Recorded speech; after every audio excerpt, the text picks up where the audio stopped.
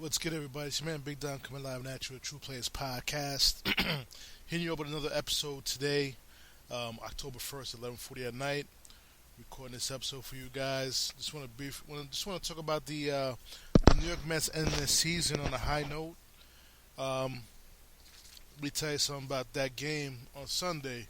I thought for sure they were going to lose that game because I don't understand the logic behind Mickey Callaway sometimes. Um, Paul Sewell pitched a 1-2-3 inning in the eighth. You know, you have a one-run lead. You had the opportunity, you know, to close it out. Bring another pitcher and close it out. It's not about, you know, making sure he gets his innings in. It's about winning the last game of the season to make your fans feel good. And Mickey Callaway constantly always makes these bonehead decisions, leaves Seawall in, and the first batter he faces, of course, is a Denny Hechavarria, the former Met, who seemed to always want to stick it to the Mets each time he plays them. Gets a home run off Seawall and ties the game up in the ninth inning, which made the game 4-4. I was going nuts when I seen that happen. And I even went on Facebook and posted a post like, when are we going to get rid of this manager? Because you can't let that happen. Sewell gave a good eighth inning, 1-2-3 eighth inning. Just take him out of the game, and let another pitcher pitch the ninth inning. Do up 4-3. Let the next pitcher finish the game off. At least Sewell leaves the final game of the season on a high note. It says he blows the game, blows his own win, and but you know what? Dominic Smith bails Mickey Callaway out in the 11th, the 3-run home run. It's actually his first at bat in about 2 months. First time he swung a bat in 2 months, and he came up big with a 3-run home run in the bottom of the 11th. The Mets win 7-6, ending the season on a high note. The Mets finished 10 games over 500. They finished the season with a record of 86-76. Let me tell you something. The reason why the Mets are not in the playoffs right now is because of two things: bullpen woes, poor management decision by the manager, and that coaching staff. There's things that they need to clear up for next season if they keep Mickey Callaway. If I was GM, he's out. He would have been out by Monday. But to be honest with you, to be a manager in New York City, to be a manager in the New York Mets, you gotta know how to navigate through the media. You have to navigate through the fan base. You must know how to navigate through a game. And this guy right here, over the past 2 years, has not shown any, in my opinion, very little improvement to keep him for a third season. This Mets team that finished 10 games over 500, it's probably because of him, but only because he kept the team together. He didn't do nothing. He didn't do nothing managerial to put this team over the top. He just kept the team together. You just had a group of guys who liked to win, who didn't sit there and quit on themselves when they were down 10 games below 500 at the All-Star break. They never quit. That's a testament to the team, a testament to the leadership on this team, was from Robinson Cano and Todd Frazier. Great leadership on the team. And even leadership from Jeff McNeil and Pete Alonso. Both players, Pete Alonso's a rookie, Jeff McNeil's on the second year on the team, who have shown exceptional leadership skills for young guys on this team. And which is going to take the Mets right now have a very great call going into the off season. You know what I'm saying? You got Pete Alonso, Jeff McNeil, Michael Conforto, Ahmad Rosario, J.D. Davis with a surprise season. The Mets traded him got him from Houston. So I'm shocked. I didn't know anything about J.D. Davis until this year, until I actually watched him play. Granted, he does not have a home as far as defensively, but this guy could hit. He hits. He gets big hits. He batted .307 this year, 23 home runs, 57 RBIs. You can't ask for nothing more than that. So basically, you got your utility player for next season. You got that next season for your utility player. And like I said, Mickey Callaway needs to go. Where they should go for manager position, it has to be, in my opinion, it has to be either Joe Girardi or Joe Madden. Let's not mess around and deal with these young top assistants, young top bench coaches. It's about time this team needs an established manager, a manager that could get Syndergaard to pitch to his potential. Because I'm gonna go to Syndergaard real quick on this. I'm what I've heard this season from Syndergaard is there's a whole lot of excuses why he didn't pitch the way he's supposed to pitch. Whether it's that he needed Nito or Rivera to catch him, this that and the other. But the truth be told, the last two starts he got his wish and then pitch. He pitched the same way he was pitching with Wilson Ramos. So is it really the catcher or the pitcher? He needs to focus on baseball. forget about the forget about the Thor mantra, the Thor alter ego. Forget about that. Improve his pitching, get better, and come back strong for next year. But by the same token, the Mets organization should not put him out there. There should not be any trade rumors about this guy. If you're going to trade him, just trade him. Don't let it dangle out there and say, "Oh, we may trade him, we may not trade him, or we didn't get the package we want to trade him."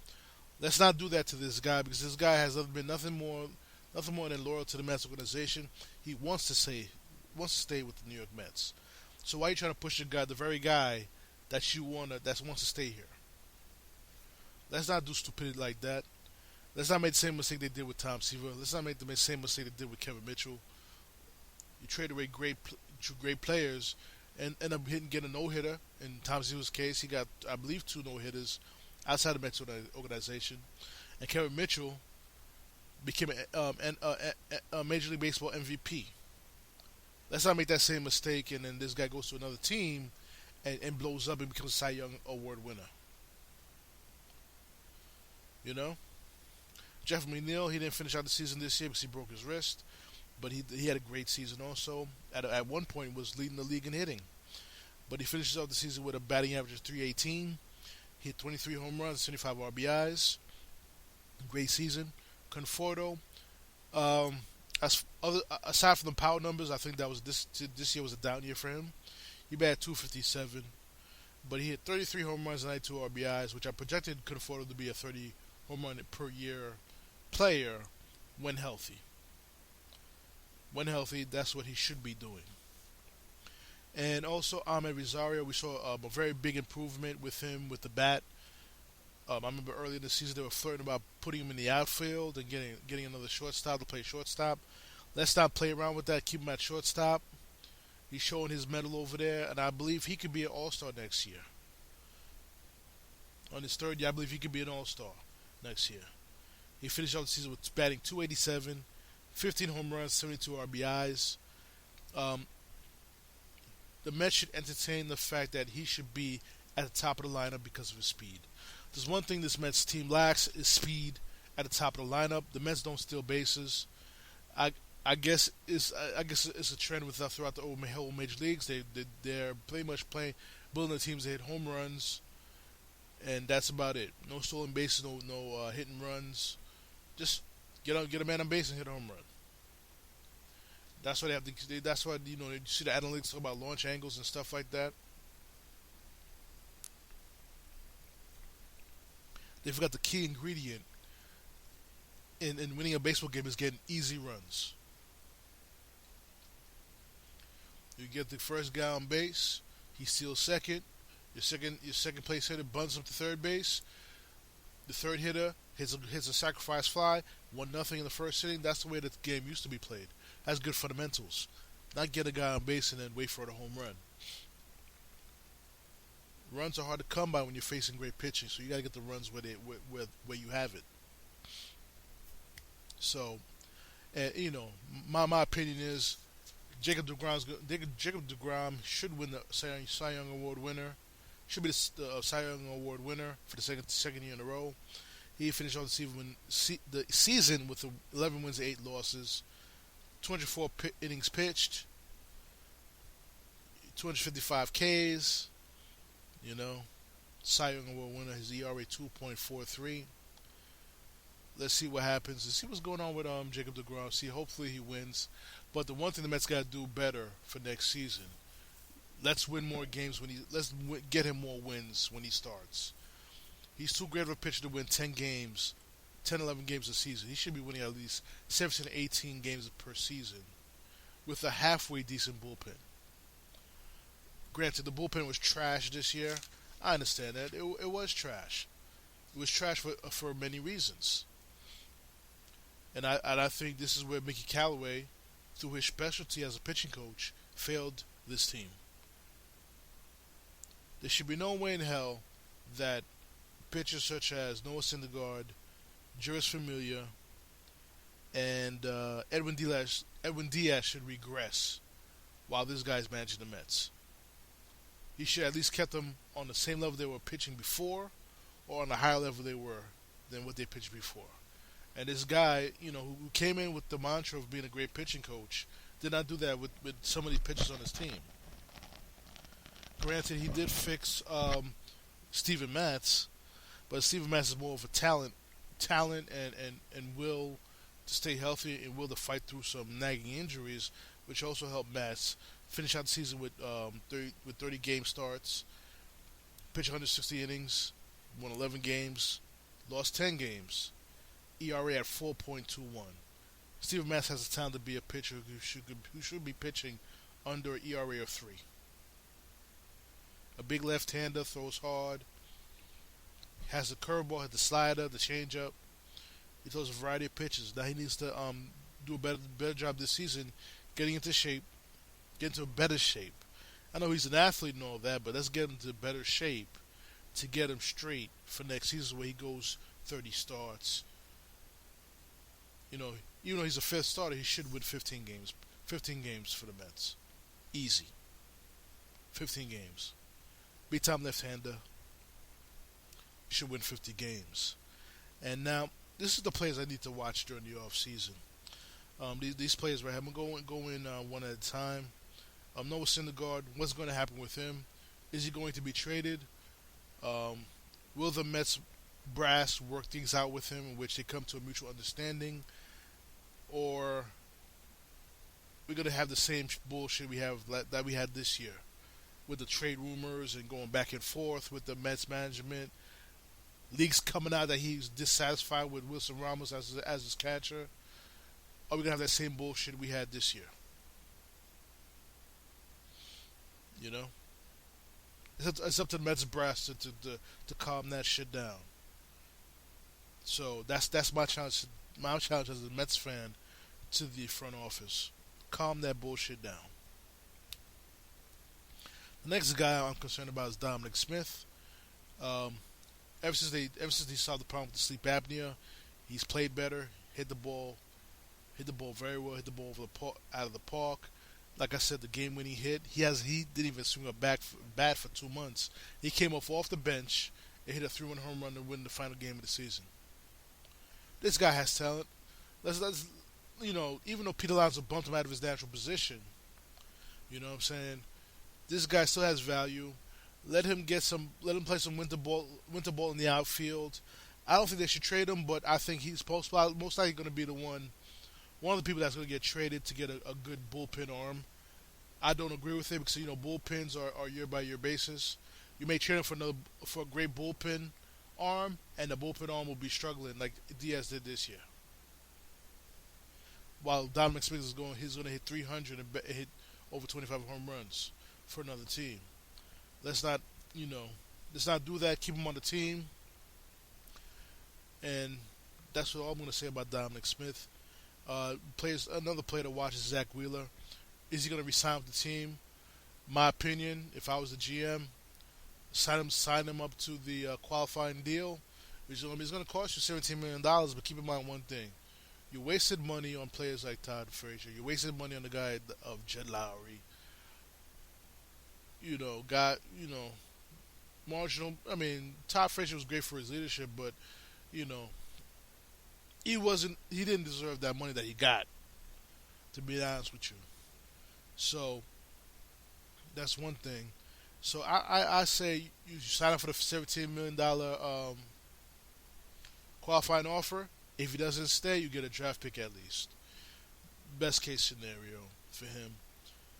And another guy, Edwin Diaz. Let's get this guy. If you're gonna keep him, let's get him fixed so he can be the closer again for next year. I expect a rebound year for him next season. Whether it be Joe Girardi, Joe Madden, or Mickey Callaway calling the shots on that, we'll see what happens. But he does. Let's try to get him to a sports psychologist, see why he can't succeed in New York. First of all, and we go from there. Jeff McNeil, my opinion, he needs to come back into the infield. Instead of the Mets trying to go buy a third baseman, put Jeff McNeil at third base, or even move Robinson Cano to third base and put Jeff McNeil at second base to solidify that infield even better. That's what I would do. Let's not mess around and put him in the outfield. Guess what? Guess who's coming back for next season? Yoenis Cespedes, and you need a place for him to play. I know I mentioned this in the podcast earlier. Would you move Cespedes to third base to ease the burden on his legs? Because first base is out of the question now because Pete Alonso got that on lock. That's out of the question. Do you move? Like I said, do you move him, Yoenis Cespedes, to third base? Something that the Mets management should take a look into that. And I would, if I was a GM, I would have to really strongly consider. You keep Jeff McNeil in left field.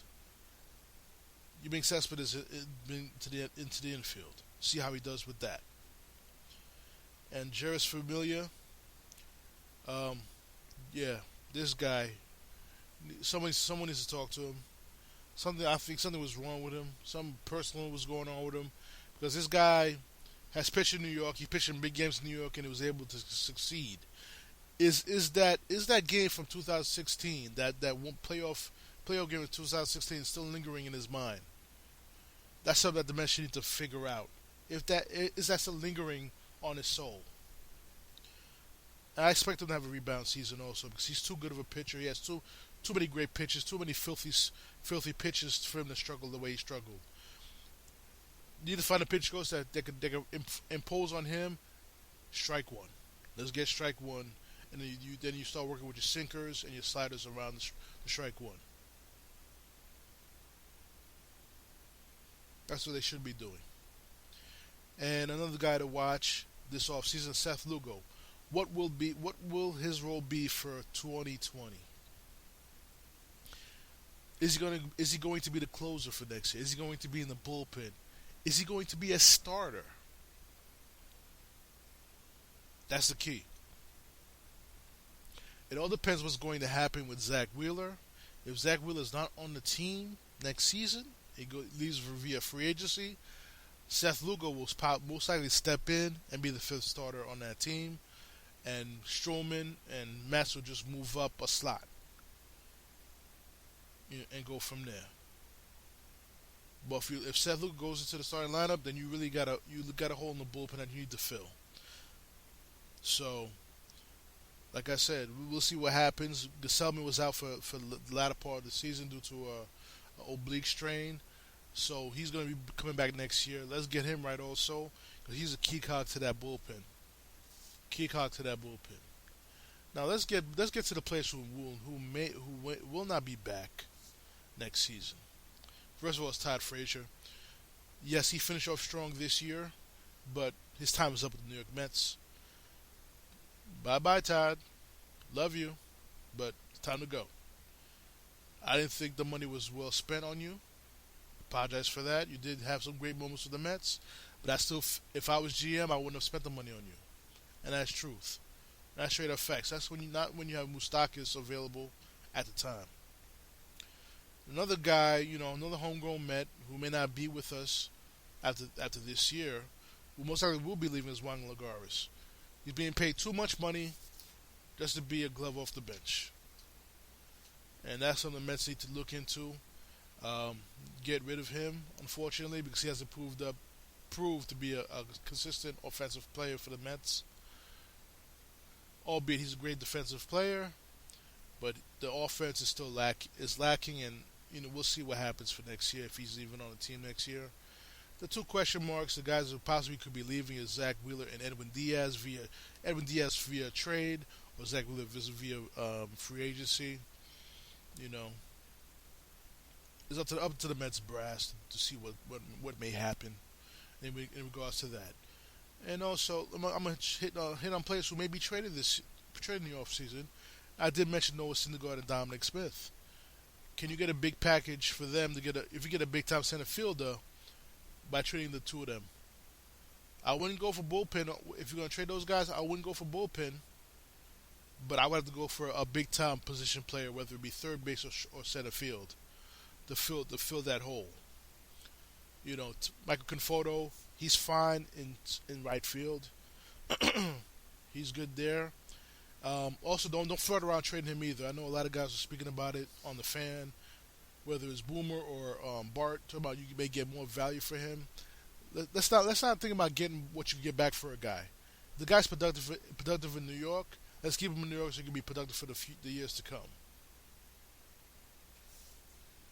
That's what the team should be focusing on. For key players that's gonna be a key component to your team for the years to come. Instead of trading away your core. Last time I checked, when the Yankees was great in the '90s, did they ever thought about trading Bernie Williams, Derek Jeter, Mariano Rivera, Andy Pettitte, or Bernie Williams? No, no, not at all. They should call it core four. I call it core five. To be honest with you, core five. So, like I said, what's going to happen next season with Yoenis Cespedes? I'm gonna get into it a little bit now. He's gonna come back this season. He's a contract year. I guarantee you, this guy's gonna play 140 games this season. Because guess what? His contract will be up, and he won't be on this team. Now, this. If I was GM, this is what I would do too. I would see how he plays in the first half of the season, and then when it comes close to the trade line, see what I can get for him as far as prospects or a major league talent for him. So, because truth be told, you're not going to resign this guy after the season. Not what he did for the past 2 years, basically sitting on his ass, riding his horses, hurting his ankles, riding his horses, and taking $27 million out of your pocket. Sat at home for a year and a half to score 2 years of salary worth of at least $54 million. That's not equitable spending. And there were rumors that he was going to do that, and like many Mets fans believe that he was not going to do that. And guess what? He did it to us. He dogged it the last 2 seasons. To be honest with you, you can say call it injuries, all that, all the fuck you want. He dogged it. He dogged it. You know why I know he truly dogged it? Because how the hell you hurt yourself, hurt your ankle in your ranch, possibly riding a horse? Who does that? Don't you have responsibility to your teammates to come back and play and provide to provide a contribution to your team? Not your horses, your team. And where was the Mets brass? Why were they not keeping an eye on him when he's off on his ranch or out there rehabbing his heels? If I was GM, that would have never happened. That would have never happened, and plus I would have fined him the rest of his salary if I'm able to do that. Because his obligation when you on, like when you have a job, let's say you work a 9 to 5 job, you're in that job from 9 a.m. to 5 p.m. Your obligation is to that job from 9 a.m. to 5 p.m. And in the baseball season, your baseball season is from February to what you hope is till November, competing for a championship. During those months, your main responsibility is to your baseball team. It is for your team, not for anything else. Not to your horses, not to your golfing or whatever. Your responsibility is to the team, and you should be paid accordingly.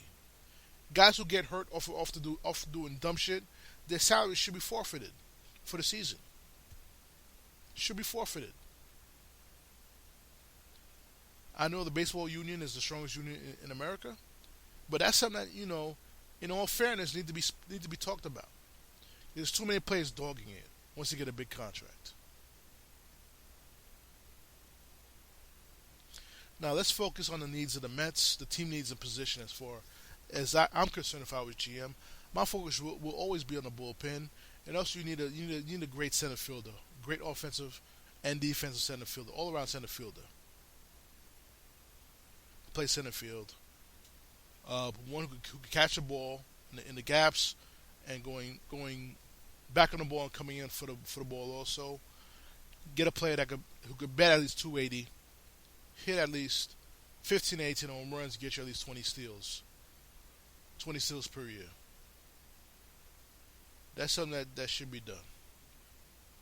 And third base, I'm not too concerned about third base because you know what it is. You could fill that third base internally with the players that you have. You still have Jed Lowry there, which I think should be traded also. You know, get rid of him because you already have J.D. Davis there to be the utility guy. Trade him away. You know what I'm saying? He was a great player on the disabled list until the end of the season. He came back. So let's not flirt with third base. Leave that third base open to possibly playing Cespedes there, or possibly playing Jeff McNeil there, or even moving Cano to third base and putting Jeff McNeil at second base. And the dark horse is just to move Pete Alonso to third base and put Dom Smith at first base. Therefore, in the outfield, you're going to have to go with Conforto in center field, McNeil in right field, and Cespedes in left field. There's many ways to do it. But if I was GM, I wouldn't sign a third baseman outside in free agency. Put Cespedes there and see what he can do. Worst case scenario. I mean, that would be the best case scenario. Worst case scenario is you move Cano to third base, put McNeil in second base, and then you'll have Cespedes and Conforto in the corners, and then you go shop for your center fielder. That's the way I would do it. And before I end this podcast, guys, it's getting to 12:07 at night. You know what I'm saying? Midnight tonight. It's getting there. Just want to speak briefly about give you some news that the Nationals did beat the Brewers 4-3, coming from behind. When I was watching the game, I wasn't watching the game, but I was looking at the game tracks on ESPN. The Nationals down 3-1, but they came back and beat the Brewers 4-3. The National League playoffs are all set right now. So you got on Thursday, you got St. Louis Cardinals at Atlanta Braves at 1 p.m. I believe 1 p.m. the game start is on Thursday the 3rd, and you got the Washington Nationals at Dodgers. They'll be playing at 4 p.m. on the 3rd of October. Let's see what happens in this series. I do believe we're going to be looking at a National League Championship Series of the Dodgers and Atlanta. We'll see what happens, guys. I don't count on St. Louis. I've seen them beat the Mets, beat that great Mets team in 2006.